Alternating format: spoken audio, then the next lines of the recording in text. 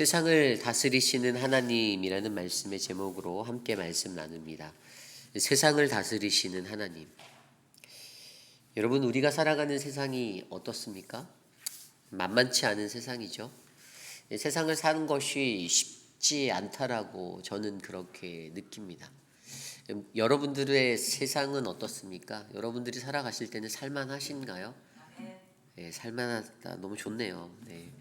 긍정적으로 살아가는 건 참 좋은 모습이에요. 예, 살만한 세상이라고 느끼면 좋습니다. 그런데 개인적으로 제가 볼 때는 정말로 세상 사는 거 쉽지 않습니다. 모르겠어요. 목회자로 살아서 그렇게 더 느낄 수도 있고, 이 세상을 살아갈 때 이 세상이라는 것이 정말 힘들구나. 그래서 저는 제가 기도하는 한 가지가 있어요. 저는 목회를 오래 하고 싶다고 생각은 안 합니다. 저는 목회라는 것에서 하나님, 남들이 70세까지 하고 막 그런 욕심이 없게 해달라고 계속 기도하고 있어요. 그래서 하나님이 젊을 때 아주 그냥 짧게 크고 굵게 잘 쓰시고 그때 은혜를 내게 베풀어 주소서가 저는 개인적으로 저의 기도입니다. 그런 날이 저는 올 거라 믿어요. 그런데 만만치 않은 세상을 살아갈 때 그 만만치 않은 세상이 왜 그런가 들여다보니까 제게서 발견되어지는 한 가지는 자기 마음대로, 자기의 의도대로 살려고 몸부림친다는 겁니다. 자기가 자기의 뜻대로, 내가 하고 싶은 대로, 내가 원하는 대로 하려고 하다 보니까 이 세상이 더 힘든 거예요. 이 세상이 하나님의 뜻대로 돌아가고 하나님이 통치하시는 세상임을 인정하고 그분께 내어 맡기고 살면 되는데, 그러지 못해서 세상이 더 힘들게 느껴지는 겁니다. 오늘 우리가 묵상한 민수기 24장 10절에서 25절까지의 말씀도 이 발락이라는 한 사람이 가지고 있었던 그의 충만한 의도대로 살려고 하는 그 인생, 그래서 그가 드러내는 분노함과 또 하나님을 모욕되게 하는 것들, 너무나도 지극히 인간적인 모습들이 확연히 드러나고, 자기의 필요에 따라서 사람들을 움직이고 자기의 필요에 따라서 사람들을 버리기도 하고, 그러한 모습들을 바라봅니다.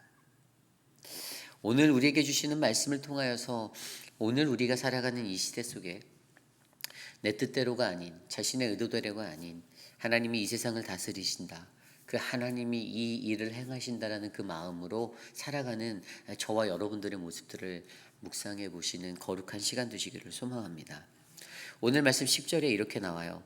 발락이 발람에게 노하여 손뼉을 치며 말하되 내가 그대를 부른 것은 내 원수를 저주하라는 것이오늘 그대가 이같이 3번 그들을 축복하였도다.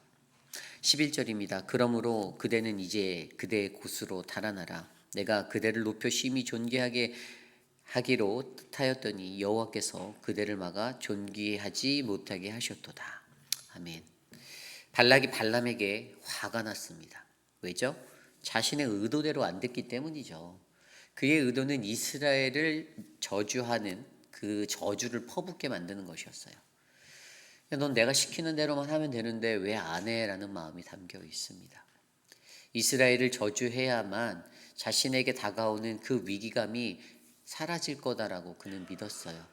저 나라가 내가 믿는 그 주술적인 것, 그러한 것들로 인해서 저주받아 멸망하게 된다면 내 나라 모압은 평안할 거야 라는 마음이 그에게 있었습니다. 그런데 그것이 뜻대로 안 되니 어떡합니까? 10절의 말씀대로 발람에게 노하였다라고 합니다. 노하여, 손뼉을 치며 노한다라는 게 어떤 걸 말할까요? 아주 그냥 급하게 막 마음속에서 막 울분이 터져 나오는 그 분노가 치밀어 오른 겁니다. 감정적인 것이 컨트롤이 안 되는 거죠. 네. 결국 그가 분노하며 나아갈 때 어떻게 됩니까? 그는 오늘 발람에게 너의 곳으로 돌아가라, 당장 너 살던 곳으로 돌아가라라고 그냥 내쳐버립니다. 쉽게 버리는 거죠. 자신의 필요대로 움직이지 않고 자신의 뜻대로 안 될 때 그렇게 한다라는 겁니다. 그 두 번째 모습은요, 내 의도로 안 될 때 오늘 어떤 모습을 보이죠? 11절에 아까 읽은 대로 그가 어떻게 합니까? 여호와를 모욕하는 그러한 빈정거리는 말투로 이야기하게 됩니다. 내가 그대를 높여 심히 존귀하게 하기로 뜻하였으나 여호와께서 그대를 막아 존귀하지 못하게 하셨다. 내가 너한테는 큰 사례를 하려고 했거든. 그런데 그 네가 믿는 그 하나님이, 네가 믿는 아니죠. 그 하나님이 너의 그 길을 막았어. 그 불을 막았어. 다 그 사람 때문이야. 아주 이간질과 같은 그러한 말로 하며 그를 모욕하고 있습니다. 이것은 하나님을 모욕하는 거예요. 하나님을 빈정거림으로 말하는 거예요. 우리가 믿는 그 하나님에 대해서 아주 무너뜨려 버리는 모욕적인 말을 던지는 것입니다. 인간은요, 내 의도대로 안 될 때 오늘 발락이 가졌던 모습처럼 분노하기도 하고 하나님을 빈정거리며 모욕하는 그러한 말들을 뱉기도 합니다. 그리고 그 외에 또 다른 모습으로 그렇게 공격할 때가 있어요. 내 맘대로 안 되니 이간질하기도 하고 허튼 말을 퍼뜨리기도 하고 자기의 뜻대로 안 되니 그냥 대적해서 그 사람을 나쁜 사람으로 만들어 버리기도 하고, 이게 지극히 인간이 가지고 있는 모습 아니겠습니까? 우리들의 인생에서도 그러잖아요. 내 마음에 안 들 때는 다 그렇게 하잖아요. 겉으로는 그런 나이스한 척해도 뒤에 가서는 전화기 붙잡고 얘기하는 사람들 많이 있지 않습니까? 이게 인간의 모습이잖아요. 연약함이에요. 현실이에요. 거부할 수 없는 인생이에요. 그렇게 사시는 게 인간들의 모습이잖아요. 그런데 내 의도대로 안 되는 것의 핵심은 결국엔 한 가지라는 것이죠. 오늘 말씀에서 뭐라고 말합니까? 세상이 통치하시고 세상을 다스리시는 그 하나님, 그 하나님이 있는데 그분의 것을 인정하지 않는다라는 것입니다. 우리가 세상을 하나님께서 통치하신다라는 사실을 안다라면 우리는 그렇게 살 수 없죠. 우리는 그 하나님의 손바닥 안에서 그분의 역사하심을 그대로 받고 움직이며 살아갈 수 있는데 우리는 그렇게 살지 못한다라는 것입니다. 그래서 그가 어떻게 말합니까? 발람에게 이러한 노를 내고 모욕을 하는 말들로 말하였을 때 발람이 그에게 이렇게 얘기했어요. 12절에 발람이 발락에게 이르되 당신이 내게 보낸 사신들에게 내가 말하여 이르지 아니하였나이까. 13절입니다.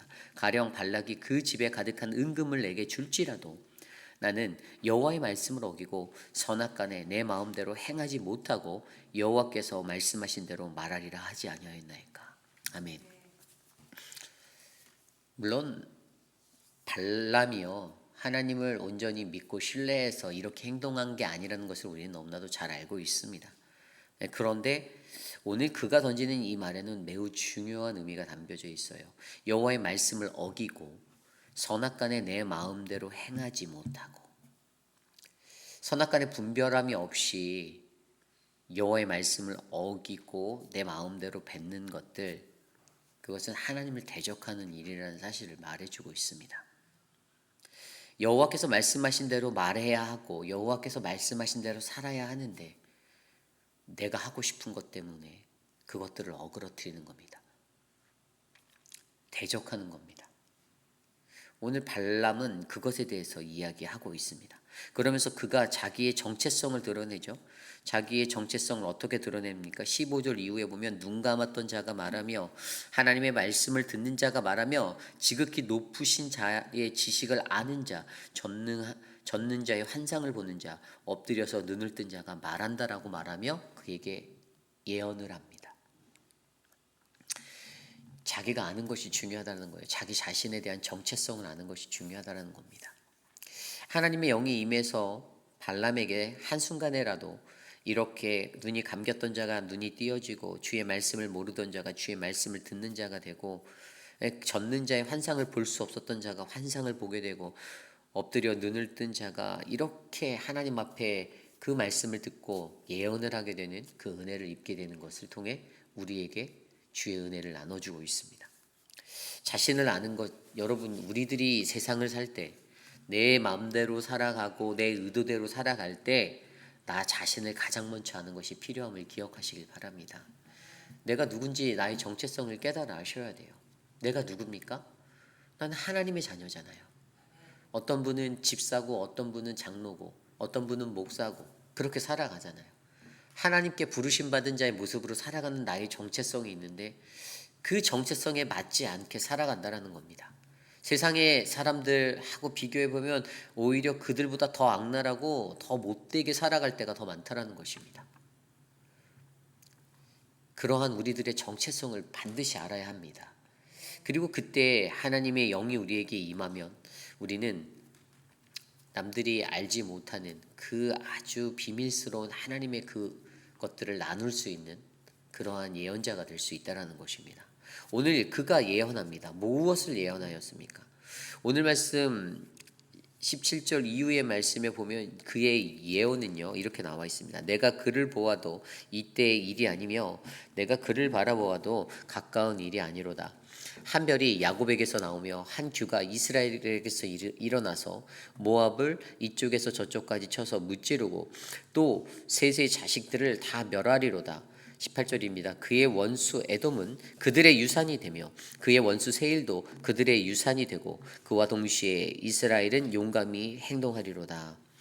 20절에 이렇게 나와 있습니다. 아말렉을 바라보며 예언하기를 이르기를 아말렉은 민족의 으뜸이나 그의 종말은 멸망에 이르리로다 하고 21절입니다. 또 겐족속을 바라보며 예언하기를 이르기를 내 거처가 견고하고 내 보금자리는 바위에 있도다. 그러나 가인이 쇠약하리니 나중에 아수르의 포로가 되리라 하고.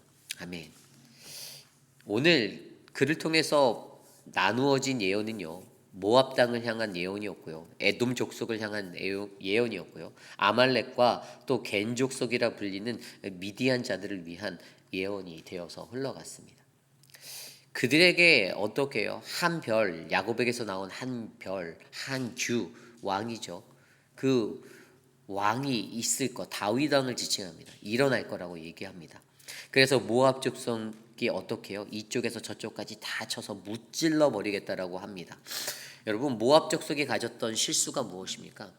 오늘 발락이 다스리고 있는 이 모압의 땅에 음행이라는 것들이 나중에 들어오게 돼서 이스라엘을 혼란케 만듭니다. 그들을 어지럽힙니다. 하나님의 뜻이 어그러지게 만드는 그러한 것들을 모압 족속이 범하게 되었습니다. 그래서 그들은 여호와의 총회에 영원히 들어갈 수 없는 제외됨을 받게 되었습니다. 이스라엘을 어지럽히고 혼란하게 했던 하나님의 나라를 흐트러뜨렸던 사람들이 바로 모압 족속이었습니다. 그리고 그 뒤에 나오는 에돔 족속. 여러분, 에돔 족속은 어떠한 자들이었습니까? 에돔 족속은 그들과 한 형제요, 같은 민족이었습니다. 그런데 어떻게 됩니까? 바로 이스라엘이 그들에게 요구해서 내가 이것을 지나가게 해달라는 그것을 회방합니다. 방해합니다. 도와주지 않았어요. 불순종이 있었습니다. 방해하는 그것으로 말미암아 하나님의 백성들을 어렵게 하고 힘들게 했던 그러한 길로 이끈 자들이 에돔이었습니다. 그래서 그들에게도 오늘 이러한 멸망의 것들이 일어난다라고 이야기해 주고 있습니다. 아말렉 족속도 마찬가지입니다. 이스라엘 민족과 끊임없이 대치되었던 그러한 다툼의 사람들이었습니다. 그런데 그들도 결국에는요, 하나님의 은혜로 말미암아 그들이 다시 일어납니까? 아닙니다. 멸절당하는 그 멸망에 이른다라고 이야기하고 있습니다. 미디안 족속도 마찬가지였죠. 특별히 여기 세세 자손들이라고 나오는 세일의 자손들, 여기 세세 자손이라고 나오는 부분도 보면요, 이 세세 자손이 누굽니까? 이들은 아담의 후예들이에요. 아담의 셋이라고 말하는 것은 아담의 셋째 아들이었잖아요. 그런데 그들도 하나님과 교회를 대적하는, 하나님의 믿는 사람들을 대적하는, 결국에 그래서 오늘 말씀에 보면 소동하는 자들이다라고 이야기하고 있습니다. 그들의 모습이 그렇게 나와 있어요.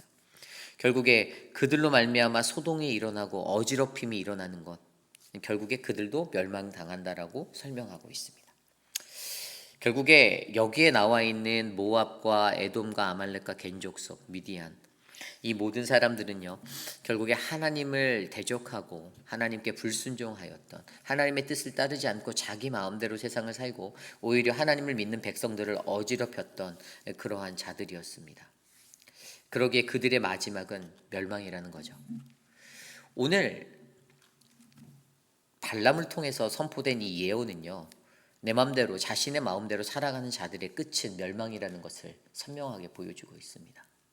내 마음대로, 내 뜻대로 살 때, 하나님 뜻에서 벗어난 대로 살 때에 그들이 차지하게 될 것은 멸망이라는 것이죠. 그래서 오늘 말씀의 마지막 부분에 뭐라고 나와 있습니까? 그들이 그것에 대해서 이끌 때 누가 그곳에서 살아날 수 있겠느냐? 세상을 다스리는 하나님인데 그 하나님을 알지 못하는 자들, 자신의 의도대로 살아가는 자들이 24절에 이후에 나왔던 23절에 나왔던 말씀처럼 하나님이 이 일을 행하시리니 그때 살자가 누구냐라고 반문하며 나아갑니다. 여전히 깨닫지 못하는 모습들이 그에게 있다라는 거죠. 그렇습니다. 우리가 세상을 살 때 이것이 중요해요. 세상을 다스리는 분은 하나님이신데 왜 자꾸만 우리는 우리의 마음대로 이 인생을 다스리려고 합니까? 자신의 의대대로 내 길을 이끌어 가려고 합니까? 누가복음 15장에 나와 있는 돌아온 탕자의 이야기가 그러한 이야기 아닙니까? 둘째 아들이 아버지의 재산을 나누어 달라고 요구하였어요. 사실 그 재산이 자기 건 아니죠. 아버지의 노력으로 쌓아진 겁니다. 그런데 그냥 나에게 있을 내 몫을 달라고 요구하고 그것을 받아서 떠나갔습니다. 그 후에 그의 삶은 허랑방탕한 인생을 살게 되었고 나가서 그 모든 것들을 다 소진하였을 때 그가 느꼈던 것은 무엇입니까? 내 맘대로 살았더니 궁핍함이 자기에게 느껴졌습니다. 누가복음 15장 14절에는 뭐라고 나와 있냐 하면 그것을 다 없앤 후에 그 나라에 크게 흉년이 들어 그가 바로 비로소 궁핍하게 되었다라고 기록하고 있습니다. 자기 마음대로 사는 자는 궁핍한 인생을 맞이하게 된다는 것입니다. 그리고 나서 그가 또 어떠한 인생을 맞았을까요? 자기 마음대로 아버지한테 받아서 자기 거 쓸 거 다 쓰고 살았더니 더부살이하는 삶이 찾아왔어요. 더부살이. 15절 누가복음 15장 15절에도 뭐라고 나와 있냐면 그가 그 나라 백성 중 한 사람에게 붙여 사니 그들이 그를 어디로요? 돼지 치는 데로 보냈다라고 나오고 있습니다. 더부살이하게 돼 있어요. 자기 마음대로 살면 오히려 그냥 돼지나 치는 더부살이하며 살게 되어 있다라는 겁니다. 그리고 그러한 그런 모습으로 살았을 때 또 어떠한 모습이 있냐면 누가복음 15장 16절에도 이렇게 나와 있어요. 돼지 먹는 쥐염 열매로 배 채우고자 할 때 주는 이가 없도다. 소외당하게 되어 있습니다. 아무도 그를 돌아보지 않아요. 가장 큰 외로움을 맞이하게 될 겁니다. 돼지 쥐염 열매조차 얻지 못하는 그 외로움이 자기 맘대로 살아가는 자들에게. 그래서 그런 사람들 주변에 보면 친구가 별로 없잖아요. 결국에 자신의 의도대로 내 마음대로 살아가는 모습이 얼마나 나쁜 것이고 어리석은 것인지를 우리에게 보여주고 있습니다. 세상을 다스리시는 하나님이 있는데 오늘 이 말씀에서처럼 오늘 발락은 자기의 마음대로 세상을 살았어요. 그리고 좀 전에 말씀드린 이 돌아온 탕자의 그 모습에도 자기의 마음대로 자기가 하고 싶은 거 다 하면서 살겠다라는 자기의 욕심과 욕망을 드러냅니다. 그때 하나님은 어떻게 해요? 하나님 아버지는요. 탕자가 돌아올 때 아버지가 어떻게 합니까? 20절에 보면 아버지가 그를 보고 치근하게 여겨 달려가 목을 안고 입을 맞추었다라고 합니다. 물론 여전히 하나님은 그러한 죄인된 우리들도 치근히 여기시고 불쌍히 여기시고 기다리시고 달려와 주시고 목을 안아주시는 하나님이십니다. 그런데 우리가 그 어리석은 우리들의 모습들을 이제는 끊어내고 바른 길로 가야죠. 그런 하나님이니까 나는 괜찮아. 한 번 실수하고 두 번 실수해도 하나님이 또 받아줄 텐데 그것이 아니라 나를 불쌍히 여기시고 나를 치근히 바라보시는 그 하나님 앞에서 과연 나는 오늘 이 순간에 여전히 내가 세상을 다스리는 중심이 되어 살아갈 것인가? 아니면 하나님의 통치를 받으며 하나님의 뜻을 분별하며 하나님의 말씀을 되새기며 살아가는 나의 인생이 될 것인가? 그것을 찾아내고 발견하는 저와 여러분 우리 모두가 되시기를 간절히 소망합니다. 세상 사람들은요 하나님을 모르기 때문에 내 의도대로 안 될 땐 분노를 내고 하나님을 모욕하는 언성을 뱉어가며 그냥 예수님 때문에라고 하나님 때문이다. 니네가 아는 그 하나님 때문에 이렇게 됐다라고 하나님 원망합니다. 그런다 하나님을 온전히 믿고 따르는 사람들은 어떠한 상황과 어떠한 환경이 다가온다 하여도 자신을 다스리고 마음을 다스리고 하나님의 뜻이 무엇인지를 분별하는 그러한 믿음의 사람들이 될 줄 저는 믿습니다. 우리 회피라인 장로교회에 그런 분들이 많아지길 소망합니다. 교회 사역을 하더라도 그 사역이 내 뜻대로 가면 안 됩니다. 하나님의 뜻대로 가는 사역이 돼야죠. 하나님이 무엇을 원하시는지 거기에서 어긋난 자기 자신만의 이론을 가지고 제가 사역을 한다라면 여러분 우리 교회가 어떻게 되겠어요? 우리 교회는 망가지게 돼 있어요. 그렇잖아요. 그래서 지도자 한 사람이 중요한 겁니다. 어떤 지도자가 될 것인가? 어떤 목자가 될 것인가? 어떤 리더십이 될 것인가? 하나님의 통치하심을 믿는, 그냥 말로만 기도한다 이런 자들이 아니라 정말로 그 하나님의 중심을 바르게 분별하여서 어떻게 하면 하나님 나라를 이 땅에 온전하게 건강히 세울 수 있을지 고민하는 우리 모두가 되시기를 소망합니다. 하나님의 말씀을 믿으십시오. 그 하나님을 신뢰하십시오. 그분의 다스림심과 통치하심을 믿으십시오. 그때 우리가 얻게 될 큰 축복이 저와 여러분에게 넘칠 줄 믿습니다. 오늘 주실 말씀을 놓고 함께 기도하기 원합니다.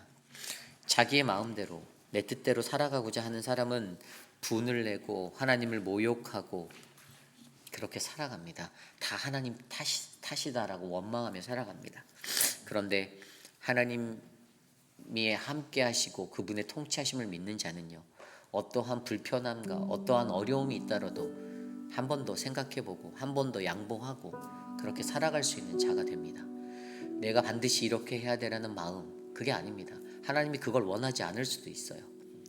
그렇기 때문에 하나님 앞에서 내 삶을 온전히 내어 맡기고 그분의 통치하심을 바라보는 우리가 되도록 이 시간 함께 기도드립니다.